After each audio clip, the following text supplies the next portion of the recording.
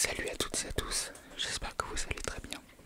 Aujourd'hui, dans la panoplie tuto que je vais vous offrir, nous allons parler de la caméra, du placement de la caméra. Là, que ce soit téléphone, caméscope, vidéoscope ou même télescope, il y a certaines règles à respecter afin de pouvoir mettre le sujet en valeur. Le sujet, c'est vous. Nous allons commencer avec la mise en place de la caméra. Il y a trois types de placement de caméra. Il y a le plongé, l'axe à niveau et le contre-plongé. Le contre-plongé est le plus facile à faire, mais je ne le vous conseille pas et je vais vous expliquer pourquoi. C'est parti. Dans le cinéma, ces trois axes apportent des émotions différentes en fonction du plan utilisé. Par exemple, un plan en plongée, c'est-à-dire vu de dessus, le personnage sera inférieur, sera soumise, sera en infériorité. Elle va être prise de dessus, comme nous, on pourrait regarder des insectes, vous voyez un peu le principe. Elle va être dans une position désagréable. Le sujet sera réduit à quelque chose de mal en point. Souvent dans les films, c'est un gros monstre et puis à ce moment-là on voit justement le personnage vu d'en bas. Et ça permet aussi de poser un questionnement. Que va-t-il se passer? Va-t-elle survivre ou pas? Voilà, ça permet de pouvoir donner une valeur à ce plan-là. C'est des plans qui ne durent pas très longtemps. C'est pas des plans très jolis à la base. Quand le plan est en contre-plongée, c'est tout l'inverse. Au contraire, le personnage va être vu de dessus. Ça va être un peu le big boss. Il aura une certaine supériorité. Et souvent, le plan contre-plongée se rejoint avec un plan en plongée. Il maîtrisera la scène.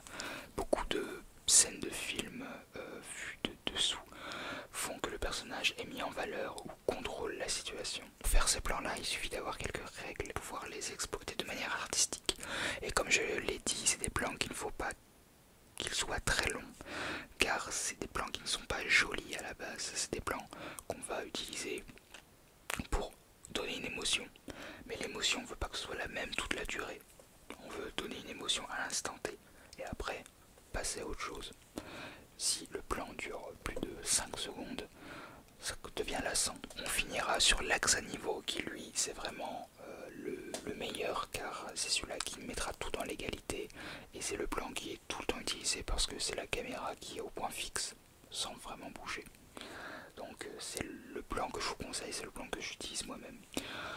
Quitte à utiliser soit en plongée ou soit axe à niveau. Donc j'espère que cette petite histoire du placement de caméra vous aura peut-être servi un peu, vous aurez peut-être appris quelques petites choses. Les codes peuvent être brisés, mais ça par contre c'est une autre histoire. Le plan de contre-plongée est un mauvais choix, tout simplement car l'ASMR se veut bienveillant. Mettre un plan où le sujet c'est vous, est dans une position dominante, voire supérieure, peut instaurer le malaise chez votre téléspectateur. Même si ce n'est pas voulu à la base, c'est dans l'intérêt collectif, ça a toujours été pensé comme ça. Une personne grande fait souvent plus dominante qu'une personne petite.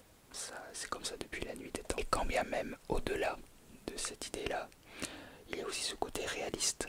Quand on est assis face à face, qu'on soit petit ou grand, l'être humain assis fait à peu près la même taille. En tout cas, on est rarement sous notre interlocuteur. Sauf dans certains cas, je vous l'accorde, mais ça, encore une fois, c'est une autre histoire.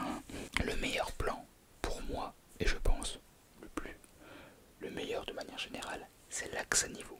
Mais comme je le disais en début de vidéo, c'est plus simple de base de filmer en contre-plongée que de filmer soit en axe à niveau ou soit en plongée.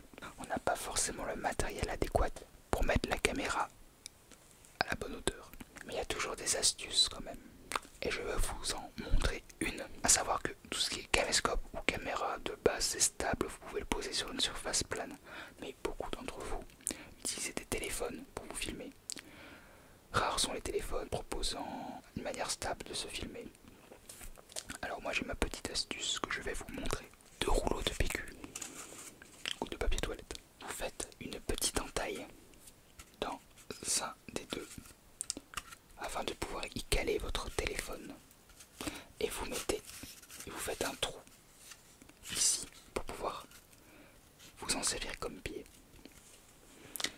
Ainsi, vous pourrez y mettre votre téléphone.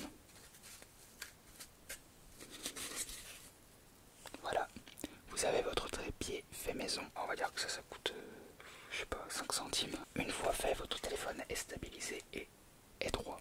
Et là vous allez me dire, mais comment je fais pour pouvoir monter le téléphone? Là il est stable, c'est bien, au moins comme ça, j'ai pas besoin de m'acheter un trépied. Même si je vous conseille plutôt un trépied, c'est mieux.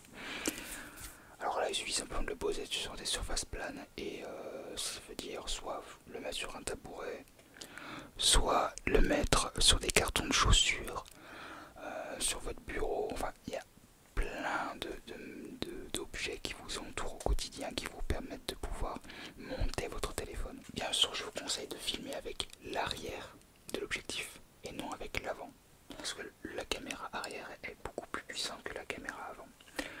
Et aussi au passage, point très important, vous pouvez installer un miroir à l'arrière si vous voulez avoir un retour caméra. Moi je sais que j'aime utiliser le retour caméra parce que j'ai envie de savoir si je fais des bêtises. Maintenant, deuxième point très important, l'éclairage est un point vraiment important aussi pour l'image. Sauf si c'est voulu, le sujet c'est vous, doit être extrêmement, ou du moins doit être le plus éclairé dans toute la vidéo. Parce que le sujet est important, le sujet c'est vous. Je vous conseille d'éteindre toutes les lumières environnantes, sauf la lumière qui va vous viser, ou viser l'objet. Et bien sûr éteindre les lumières qui apparaissent à l'écran, c'est-à-dire si j'ai une lumière derrière moi, je l'éteins, ou je la cache, je peux pas l'éteindre. Ne jamais se filmer contre une fenêtre aussi.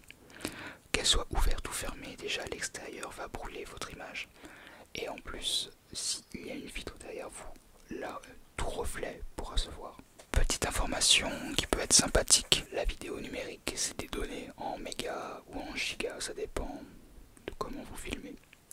À savoir que les données sont lumineuses, c'est-à-dire que quand c'est allumé, il y a plus de données que quand c'est éteint. À savoir qu'une vidéo beaucoup trop éclairée demandera beaucoup plus de données qu'une vidéo presque éteinte. Petite anecdote qui peut être encore plus sympa, c'est que quand j'ai fait ma vidéo Light Challenge, ma vidéo a duré à peu près une vingtaine de minutes. La vidéo a pesé 1 giga 30, tandis que la vidéo qui a duré le même temps sur les mains, qui elle était éclairée, a pesé presque 30 gigas. Pourtant la vidéo c'est la même, la qualité c'est la même, mais simplement parce qu'il y avait beaucoup plus de lumière dans une que dans l'autre. Si vous ne voulez pas forcément avoir une vidéo lourde, mais que vous voulez que le sujet soit éclairé, le sujet c'est vous. Alors ne vous embêtez pas à éclairer la scène complètement. L'utilité d'un fond vert peut être pratique des fois justement pour pouvoir supprimer et mettre du noir derrière vous. Ou alors assombrir les alentours et que vous éclairez vous. Je comprends très bien que certaines vidéos vous donnent envie quand on voit des lumières à l'arrière. Mais quand on voit des lumières à l'arrière, souvent sur un petit projecteur qui envoie une lumière à l'écran, c'est-à-dire des lumières qui ne sont pas directes, mais plutôt des lumières qui sont orientées hors de la caméra, c'est-à-dire des petits rubans LED par exemple, qui peuvent être sous quelque chose derrière vous pour pouvoir faire des petits effets colorés. Mais une lumière qui, par exemple, tout bêtement, un petit néon à l'arrière va vous faire un point blanc sur votre image et l'image sera cramée à cet endroit-là. Bah, c'est dommage parce que vous n'avez pas besoin d'avoir ça à votre image. Et là, on va passer sur le sujet qui peut servir de transition, l'arrière-plan. Alors, ça va de soi que l'arrière-plan, c'est un peu l'âme de votre vidéo. C'est-à-dire que si vous avez un arrière-plan un petit peu foireux, on peut juger la personne par rapport à l'arrière-plan. Faites très attention, des fois on peut avoir un détail ridicule et qui va vous plomber votre vidéo, vous allez même pas savoir pourquoi. Il va y avoir une chaussette dans un coin et on va se moquer de la chaussette pendant toute la durée de la vidéo. L'arrière-plan est vraiment très important. Vous pouvez aussi mettre un fond derrière vous. Pour moi, le meilleur choix c'est soit de se mettre contre un mur ou soit d'utiliser un rideau. Noir, blanc, vert, rouge, tout ce que vous voulez. Mais d'avoir quelque chose d'uni, ça permet au moins de ne pas donner un thème ou un ton à la vidéo, afin de rendre la vidéo intemporelle. Il suffit que vous êtes toujours dans votre chambre et que vous déménagiez. Dans 4-5 ans, quand on verra cette vidéo, on dira « Ah ouais, c'est l'époque où il habitait encore là ». Antoine Daniel, il avait trouvé un fond vert de sa chambre, au moins comme ça. Mais n'oubliez pas que si vous mettez un fond blanc, votre vidéo sera beaucoup plus lourde. Réfléchissez-en. Je tiens quand même, avant tout, à préciser que tout ce que je vous ai dit là peut être contredit, parce que la vidéo est un art à la base. L'art peut être contredit, mais si c'est contredit, ça doit être utilisé à bon escient. C'est-à-dire que justifier pourquoi les plans sont contre-plongés. Et souvent, faire un axe naturel à niveau, ça permet de ne rien justifier du tout et ça permet de pouvoir faire une vidéo normale. Voilà, j'espère que cette vidéo vous aura plu. J'espère que j'aurai pas de problème de droit parce que avec les images de film, je pense pas que je vais avoir de problème de droit parce que c'est des images, on en voit partout, donc je pense pas. Donc je mets pas de vidéo de plus de 3 secondes il me semble. Voilà à quoi ressemble mon trépied maison. Soit vous utilisez un trépied comme ça maison fait avec du PQ, ou alors vous utilisez un trépied comme ceci